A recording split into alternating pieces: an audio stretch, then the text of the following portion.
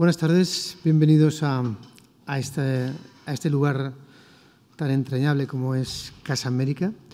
Realizamos este séptimo vicio hoy desde el anfiteatro Gabriela Mistral y convocados por la literatura y por el cine, dos relaciones, para algunos milagrosas, para otros imposibles, para otros difíciles y de máximo riesgo.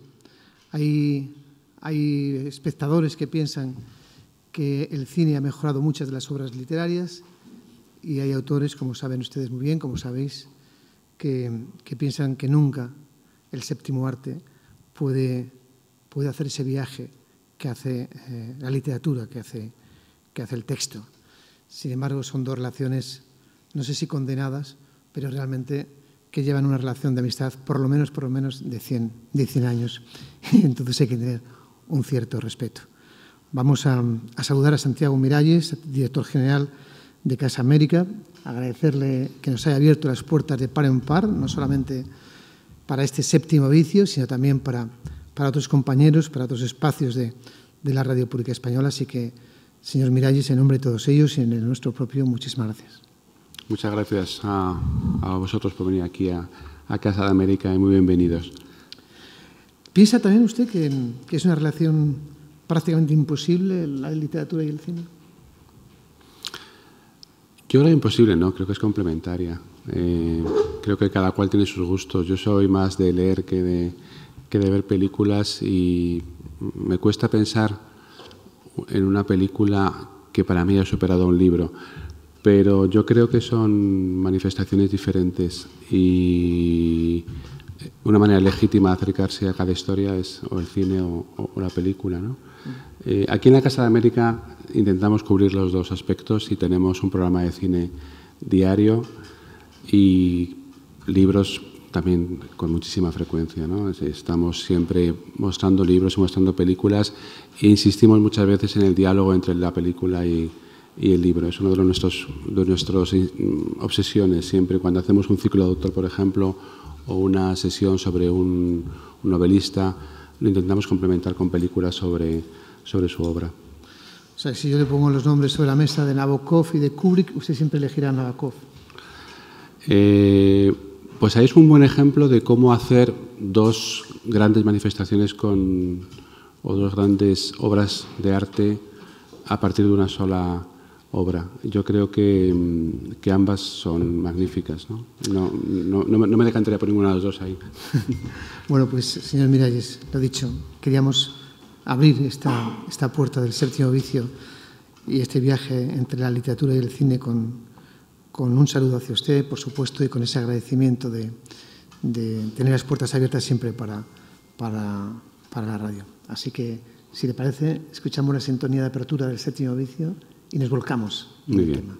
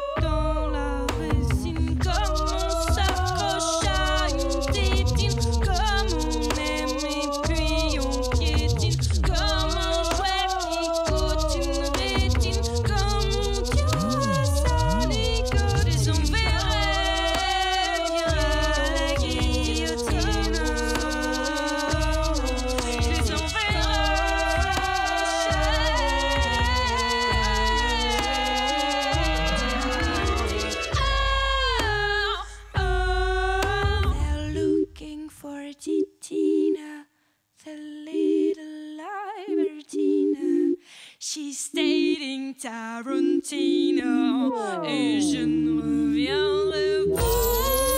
Il cherche après Titina, Titina, la Titina. Il cherche après Titina, mais ne me trouveront pas. Il cherche après Titina, Titina, la Titina. Il cherche après Titina, mais ne me trouveront pas.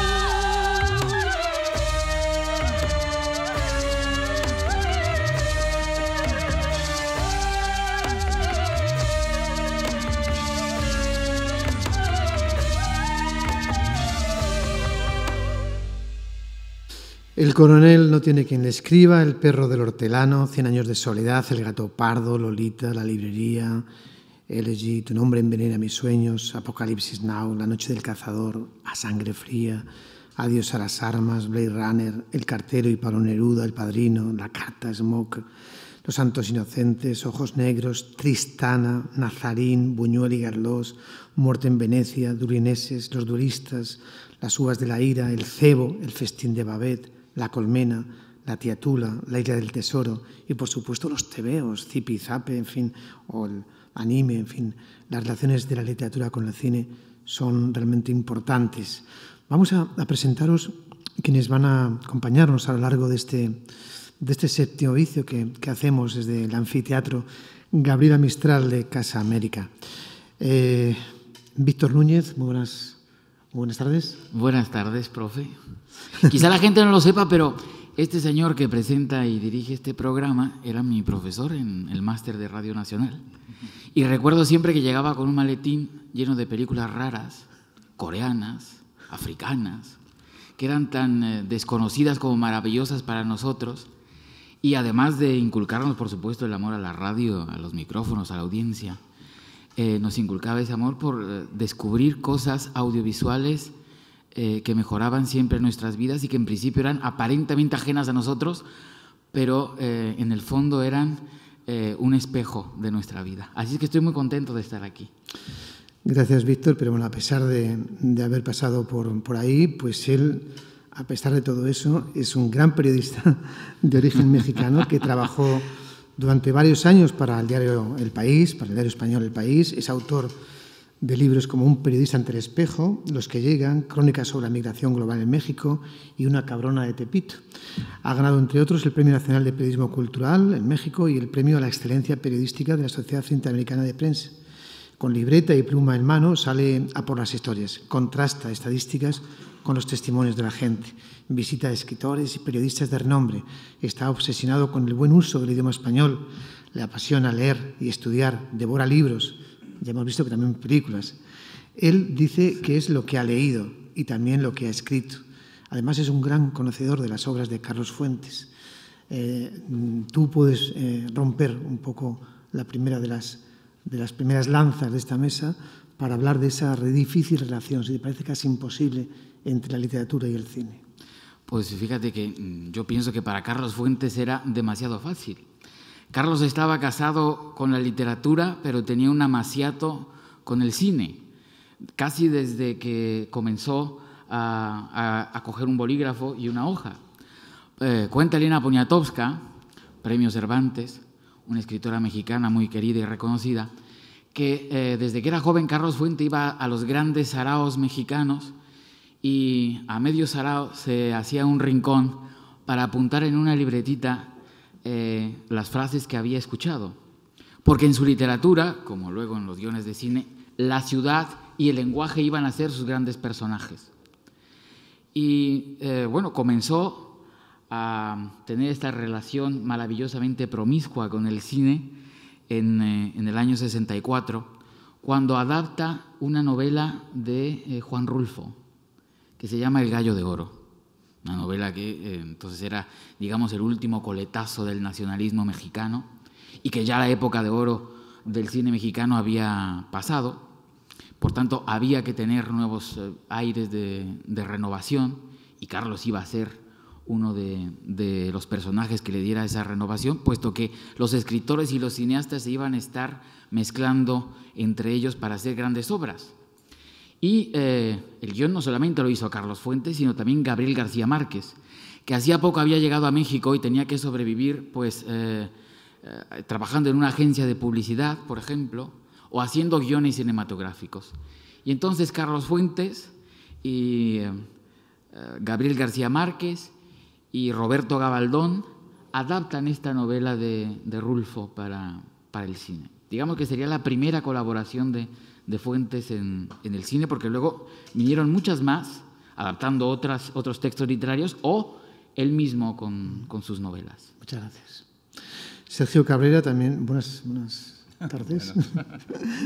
Nos reímos porque últimamente hemos coincidido, y yo le agradezco mucho, hace no mucho tiempo, cuando era el referéndum en Colombia sobre el adiós a las armas, estuvimos en Filmoteca de Cataluña dialogando sobre eso, que luego, además en vísperas de esas elecciones, ¿no? Él es director, es guionista, productor colombiano, ha dirigido 6 largometrajes, 12 cortometrajes, muchos documentales, series para televisión. Yo creo que vive además entre España y Colombia, ¿no, Sergio? Sí. A ratos en España, a ratos en Colombia, sí. ¿Disfrutas bien de los dos? ¿Y sufres a los dos? Sí, puedo decir que no, disfruto mucho mi vida en España, pero claro, Colombia me alimenta mucho más, pero la vida cotidiana en Madrid es muy agradable. ¿Qué te parece? Bueno, tú tienes gran experiencia además en las adaptaciones literarias. ¿Crees que es una relación difícil y compleja? Sí, es una relación difícil y compleja, y yo creo que es un poco ingenuo esperar que un libro y una película se parezcan. No tienen por qué parecerse. Yo creo que la relación que tiene el guionista y el director de cine con la obra literaria se asemeja más a la que tiene un pintor con su modelo. No va a pretender en un lienzo que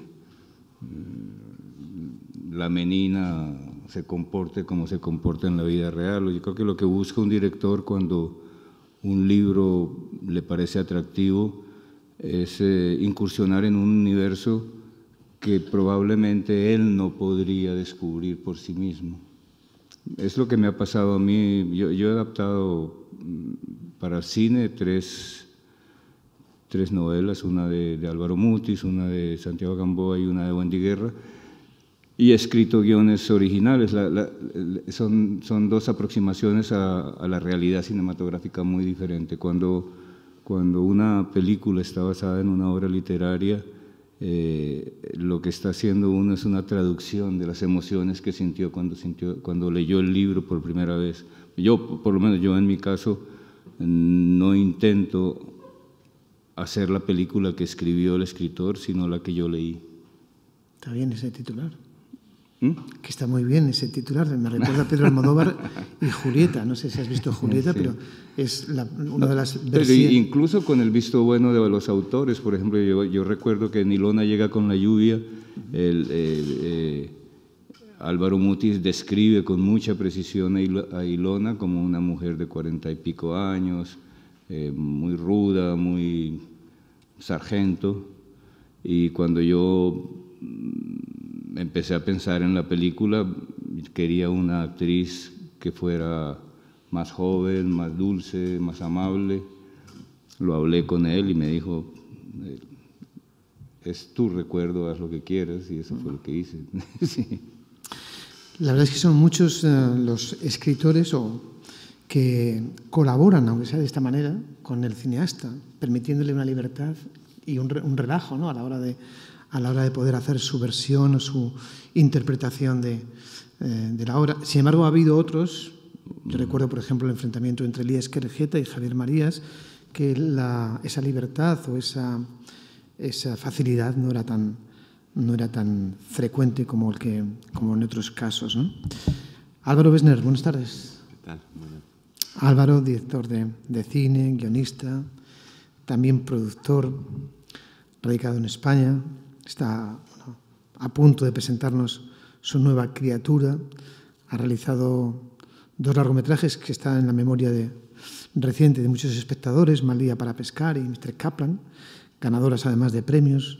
Usted, bueno, tú eres habilidoso con eso de ganar premios en los festivales. No lo sé, la verdad. ¿Qué te parece a ti el tema que hoy hemos abierto encima de esta mesa? Bueno, es que yo creo que todo depende, creo que es una pregunta compleja de formular, porque todo depende de lo que uno en sí, cómo uno vea el asunto, porque para mí como no hay ningún problema, porque son 2 cosas tan distintas, la literatura, el cine, o sea, como cualquier forma de arte, la clave es el espectador, el receptor, el lector, o sea, que las convierte en vivas, ¿no? Y desde el momento en que uno crea algo en base a una adaptación, hay millones de formas en donde se puede posicionar cada uno. Entonces, yo solo puedo hablar por cómo yo la veo en sí, o mi experiencia, porque entiendo que han habido obras que han sido de escritores que básicamente que anteponían mucho lo que era la obra literaria, asumiendo que la cinematográfica era un sucedáneo de su obra literaria. Pero claro, para mí son 2 cosas que vuelan en formatos completamente distintos, por lo que en realidad no deberían en sí tener conflicto.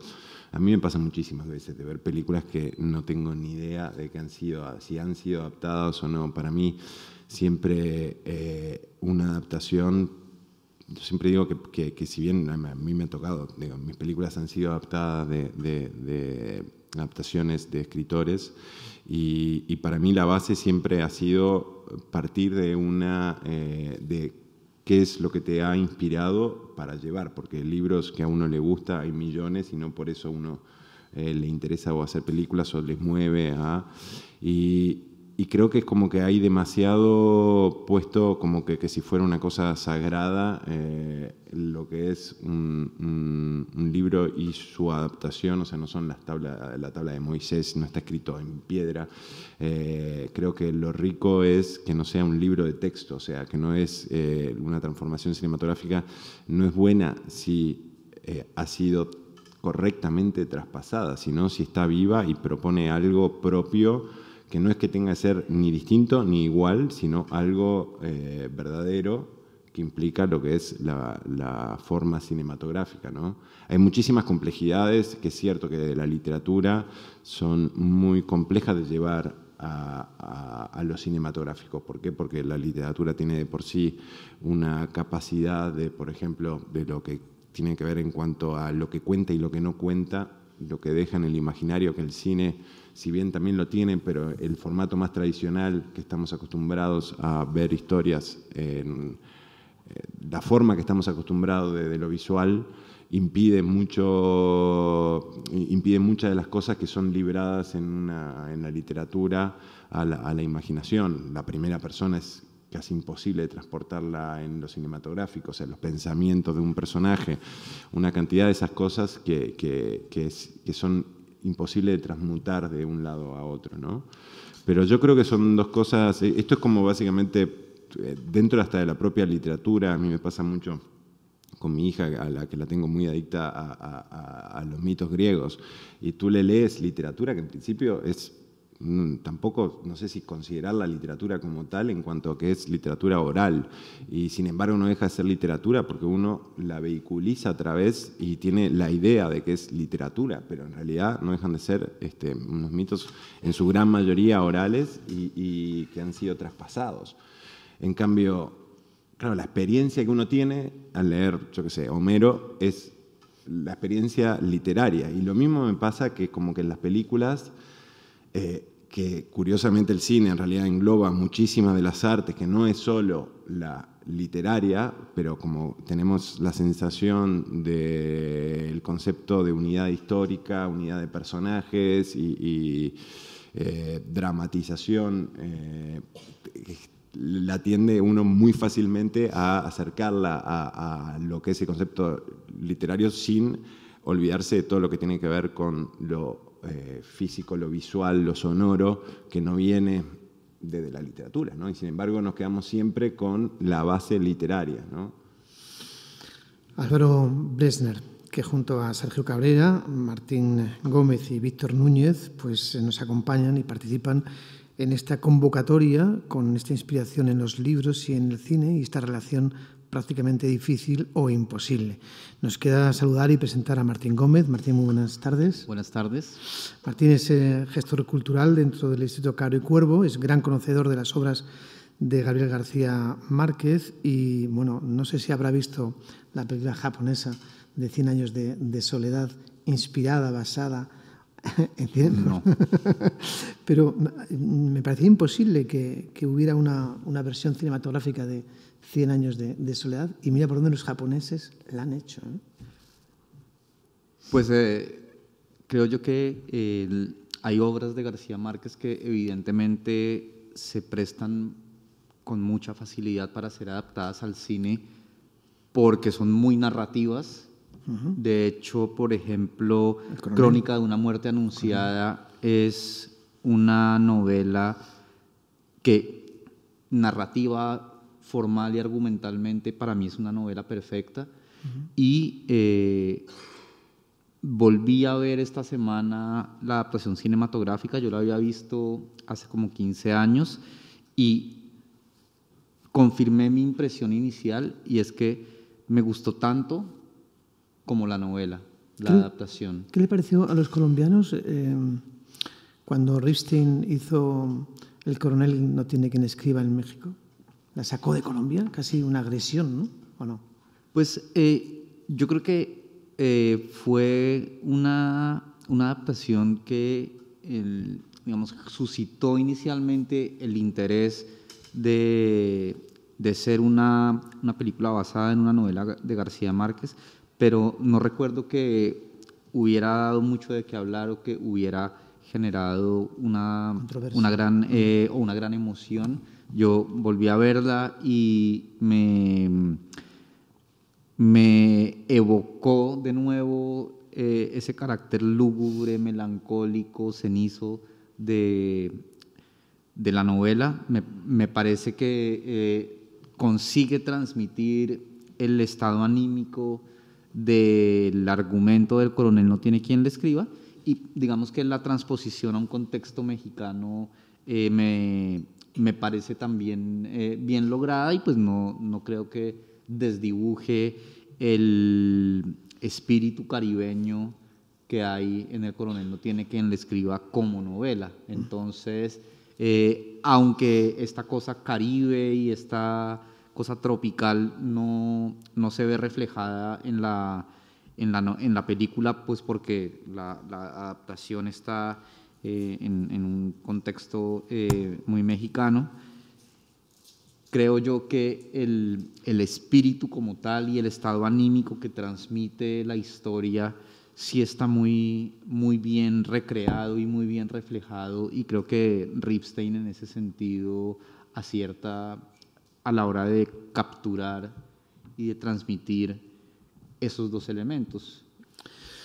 El séptimo edificio, desde Casa América, desde este anfiteatro Gabriela Mistral, a partir de este tipo de relaciones en España ha habido grandes especialistas en adaptaciones literarias. Estoy recordando, por ejemplo, a Mario Camus, a Buñuel, en fin, todos tenemos en la mente grandes novelas.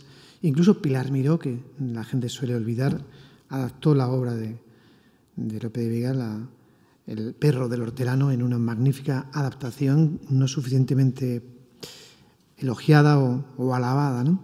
En todo caso, pues tenemos aquí a dos buenos especialistas, Martín Gómez en la obra de García Márquez y Víctor Núñez en la obra de Carlos Fuentes, y a dos cineastas, Álvaro Bresner y Sergio Cabrera. Álvaro, ¿te parece que en esto de las obras hay mucho plagio? ¿hay mucha obra original o es todo lo contrario? ¿No hay apenas obra original y todo es, diríamos que como inspirado en algo anterior, en una obra, puede ser una película, puede ser un poema, puede ser un suceso periodístico, en fin, pero que es muy difícil obsesionarse con la obra original? Bueno, un poco sí creo eso. O sea, creo que en realidad, si vamos a hablar de libros, estamos hablando, claro, de obras específicas, pero que también han sido inspiradas en una cantidad de cosas que tienen que ver con, a veces, la imaginación, la biografía, una cantidad de cosas. El tema del cine es que el cine es el arte, es uno de los artes que llega a última hora, y que aparte le debe a un montón de bases ya creadas, de forma de cómo ver el mundo, cómo contar las historias, cómo el tema narrativo tiene un elemento dramático que quizás quizás es el más fuerte que tiene el cine frente a otros, que no es que no lo tengan, sino que por su forma de desarrollarse está menos, o sea, tiene menos presencia. Pero yo creo que yo soy de los que creo que sí, que como que no existe en sí como que una obra original, pero diciendo que todas obras son originales a la vez. Es esa cosa de Pierre Menard, de alguna forma, porque es cierto que para mí cada persona, o sea, al verla, al leerla, se hace su propia obra, ¿no? La obra está viva solo en la medida en la que el receptor contribuye en completarla, ¿no? Y creo que en eso parte de la generosidad de cualquier creador está en asumir eso, de tener esa grandeza y esa, a la vez, que es una gran mezcla de egoísmo, porque la obra es tuya y ha sido quien la ha creado, pero por otro lado de enorme generosidad, que implica de aceptar que solo está viva en la medida en la que cada uno la complemente, ¿no? Y por eso me parece muy importante muchas de las películas que mencionaste. Yo no sé cuánto mencionás, no sé, Apocalipsis Now, pero si abre la lista, puedo, de cualquiera, obedece que por supuesto cuando Coppola que quiere hacer El corazón de las tinieblas, es clarísimo, y ves la película y es otra especie de Corazón de las tinieblas, que es lo que lo mueve a Apocalipsis Now.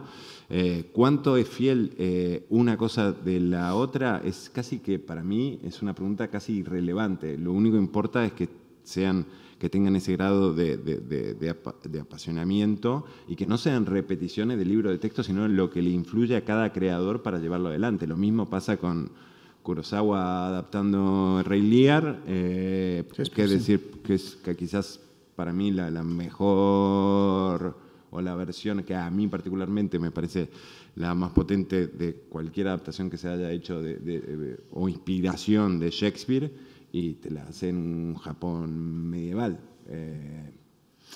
Sergio Cabrera, director de cine, colombiano. ¿Español? ¿Doble nacionalidad o no? No, sí. ¿Todo es literatura? ¿Cómo? ¿Todo es literatura? Sí, bueno, de alguna forma todo es literatura, pero es muy diferente. Una novela de 100 páginas o de 1000 páginas es una novela. Una película, el guión tiene que tener 120 páginas, no puede tener más, porque a no ser que seas un caso excepcional, las películas no pueden durar más de 120 minutos.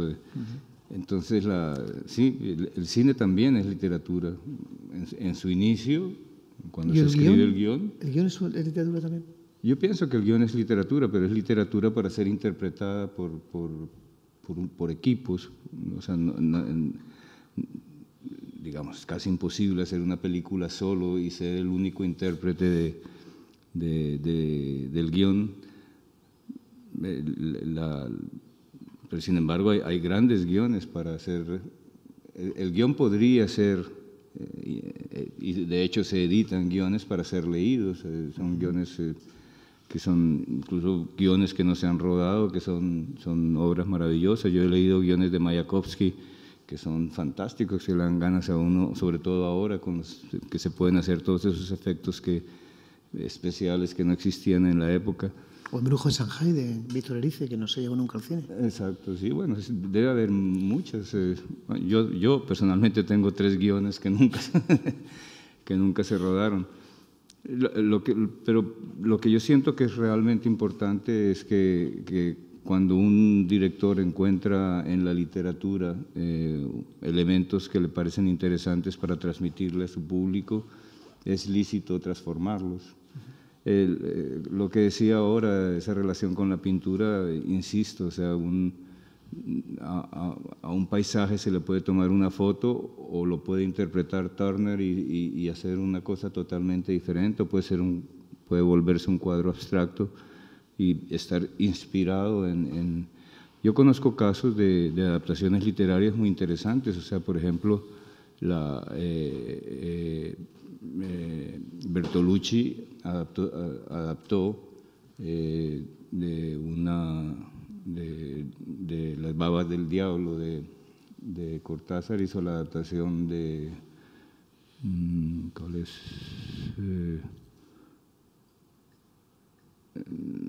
Bueno, sí, no recuerdo, pero y también Antonioni se inspiró en un cuento de Borges para otra película, y uno lee los cuentos en los que están inspirados esas películas y realmente casi cuesta trabajo entender por qué le da crédito, porque queda muy poco, son simples pinceladas, mientras que hay otros directores que se preocupan en transmitir literalmente todo el contenido del libro, y son ejercicios creativos absolutamente diferentes. El del director que simplemente quiere inspirarse en la obra literaria y el que quiere traducirla a imágenes en movimiento.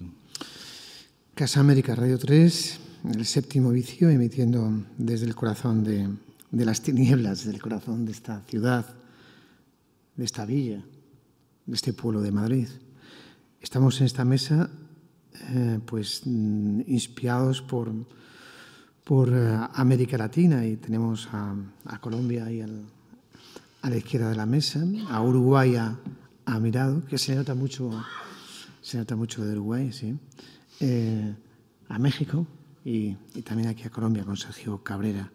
Tengo un amigo cineasta que ha tirado en el faro de Orchil, ahí en la isla del Hierro, ha tirado 100 botellas al Atlántico y está rodando con aquellas personas que mucho más allá del charco, por los cayos de Florida y por Cuba, han ido encontrando esas botellas. Pronto podremos ver su película. Pero Casa América ha hecho algo parecido. Ha distribuido 100 libros por Cibeles y por los alrededores de este barrio, de esta zona centro de Madrid, y solo espera que aquellos que se lo encuentren lo lean y lo vuelvan a dejar en cualquier otra esquina para que rule por la ciudad la literatura. Eso es más difícil hacerlo con el cine, pero bueno, o más fácil, porque ahora con las redes sociales y con internet se van pasando películas incluso sin pagar a los derechos de autor. Víctor Núñez, dame un punto de apoyo y mover el mundo, ¿no? En el fondo, este es el punto casi intelectual y de la obra creativa, ¿no? Es muy posible que una línea o un texto de una novela inspire a un cineasta. Es posible que la voz de un poeta inspire a un cineasta. Es muy posible que la luz de los cuadros de Caravaggio ahí en el Prado inspire a un cineasta, ¿no? Una canción de Chavela ha inspirado a muchas películas de Pedro Almodóvar. Dame un punto de apoyo y muevo el mundo. Efectivamente. Hay muchísimas... Bueno, porque todo está interconectado. Y en esa interconexión van surgiendo nuevas obras. El caso pero ahora que mencionabas esa dificultad que existe entre la adaptación de una obra, recuerdo la primera adaptación que se hizo de Pedro Páramo, que precisamente la hizo Carlos Fuentes. Es una novela breve, pero muy contundente, y que describe un mundo muy específico, muy onírico, en fin, es el hijo que va en busca del padre y que están todos muertos. Esa adaptación, que no dudo que hayan dado el mejor de sus esfuerzos, recibió muy mala crítica, porque es que de verdad era dificilísimo adaptar el Pedro Páramo. Las apariciones, los elementos surrealistas, en fin, es sin duda a veces, en obras breves, bastante difícil de poder adaptarlas. Bueno, pues yo no sé si desde el público pueden tener alguna curiosidad de formular alguna pregunta. Si es así, con que levanten la mano y la formulen, pues la trasladamos, ¿no? Yo, bueno, he propuesto algunos títulos que he ido viendo, tanto del cine español como del cine internacional, ¿no? O de los cines del mundo, por decirlo así, el cine de la periferia, que siempre han sido aquellas cinematografías que a mí más me han motivado, ¿no? Yo la pregunta que le puedo hacer ahora a Martín Gómez es sobre si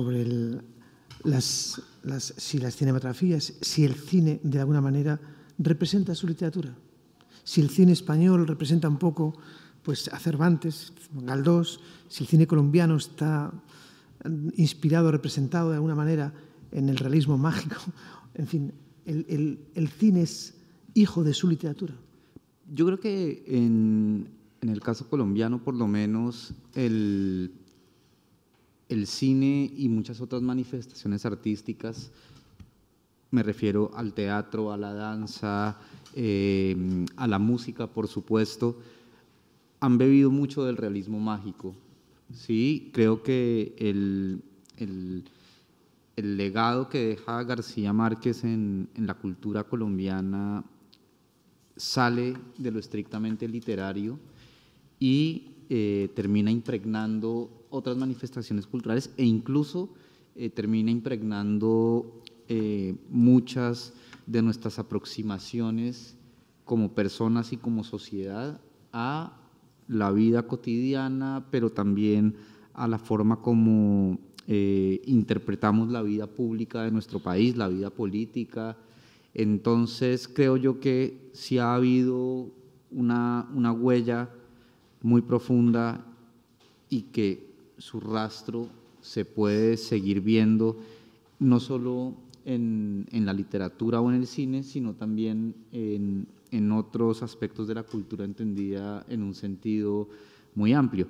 Claro, también hay que decir que la literatura colombiana no se agota en el realismo mágico, que el realismo mágico de García Márquez es una manifestación entre muchas otras. Lo que pasa es que al ser el escritor más reconocido, leído, publicado, traducido, premiado de Colombia, termina siendo un imán que atrae mucha atención y que termina opacando todo lo que hay a su alrededor, ¿sí? O sea, creo yo que la narrativa de otros escritores posteriores a García Márquez o incluso de sus contemporáneos provenientes de regiones distintas, pues no tiene absolutamente nada que ver con lo que plantea García Márquez desde un punto de vista estético o desde un punto de vista formal, ¿sí? El mismo Mutis, con quien García Márquez tiene una relación tan cercana, parte de unos presupuestos estéticos y formales bastante distintos y logra en narrativa y en poesía, por supuesto, también conseguir una voz propia, unos matices muy distintos, y es un gran escritor con una gran obra en su conjunto.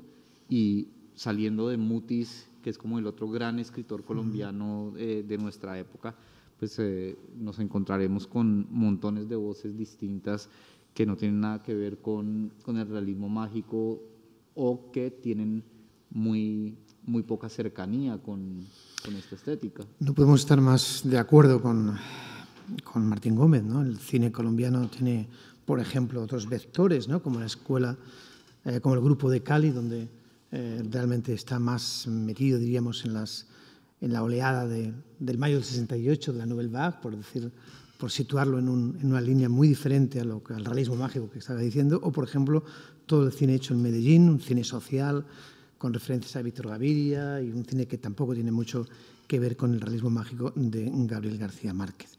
Si nos situamos en Uruguay, yo el cuento más hermoso que he oído nunca, y recordaría a Sergio Cabrera cuando hablabas de Álvaro, de que la literatura también es un relato oral, ¿no? Nos viene desde el cine chino, pero también nos viene desde los cuentos de Mario Benedetti, por ejemplo. Yo recuerdo uno muy hermoso, que era muy futbolero el cuento, y tenía que ver con cuando Uruguay se proclamó campeona del mundo en Londres. Entonces no había internet, ni mucho menos otras conexiones, ni televisión existía, y entonces los uruguayos se agrupaban en la plaza de Montevideo, y había un telefonista en el balcón, en la ventana, y a medida que iban marcando un gol, pues ponía el marcador. Estaba lloviendo y era realmente emocionante oírselo contar a Mario Benedetti. Yo no he visto nunca un plano, una película que pueda describir ese cuento oral de Mario Benedetti, claro.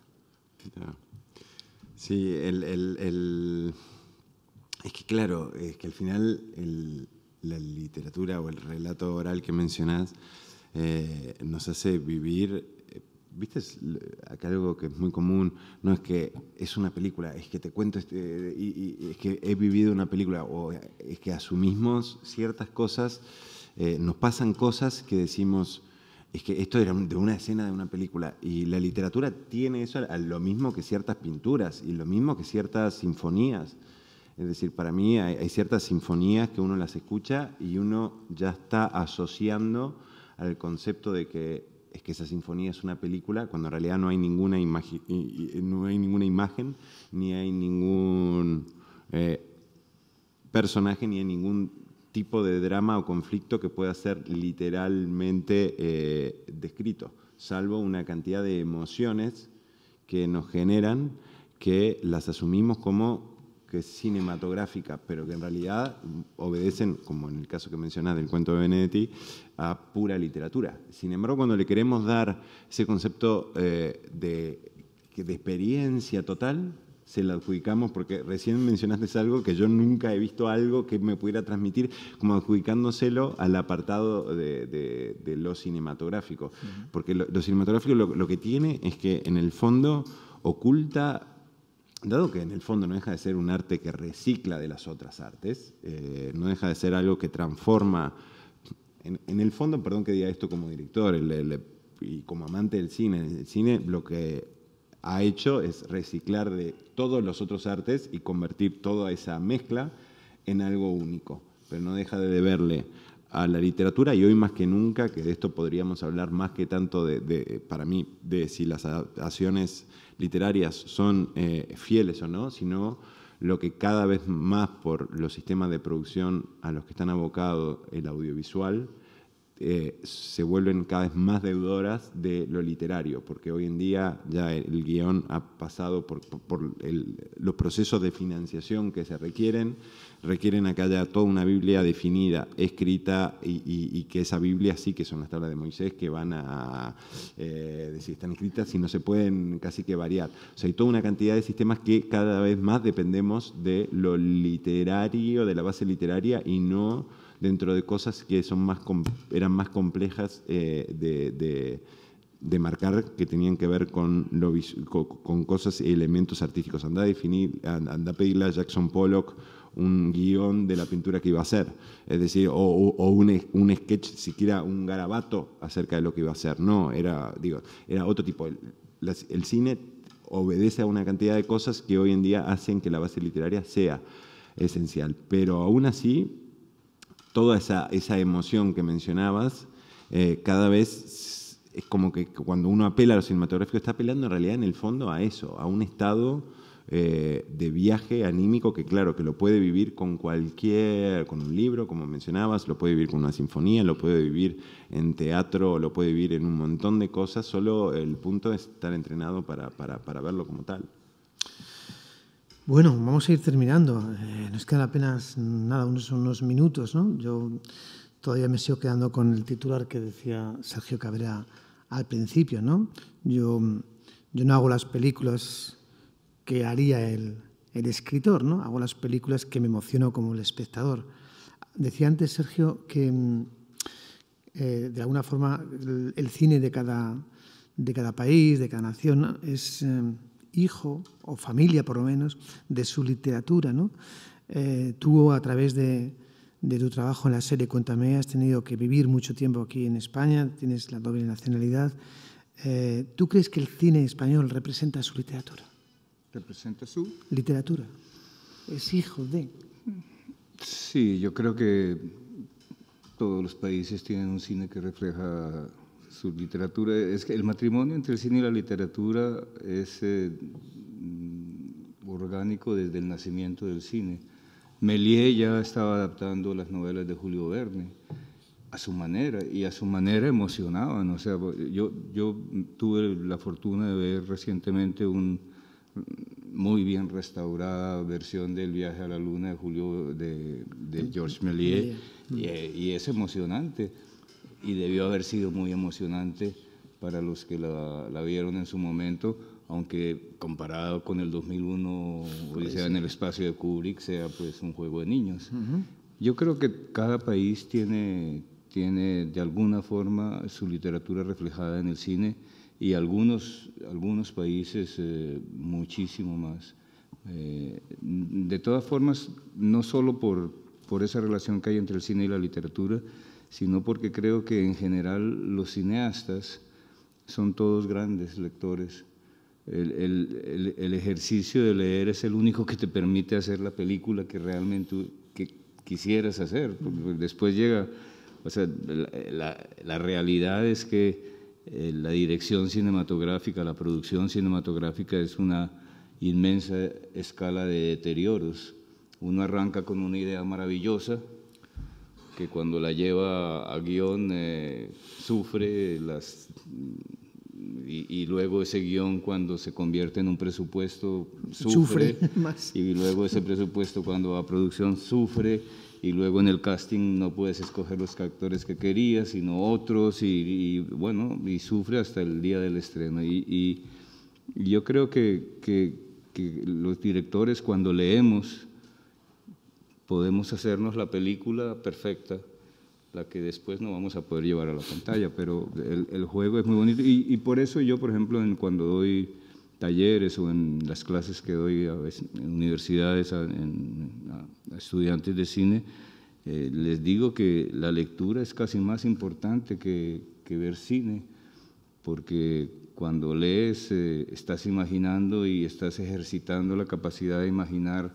actores, actuaciones, situaciones, escenografías, vestuarios, músicas, mientras que cuando ves una película ya alguien lo imaginó por ti. Bueno, pues estamos en Casa América, hemos estado hablando de cine y literatura, todavía no hemos terminado. El cine colombiano, pues, es realmente fascinante, ¿no?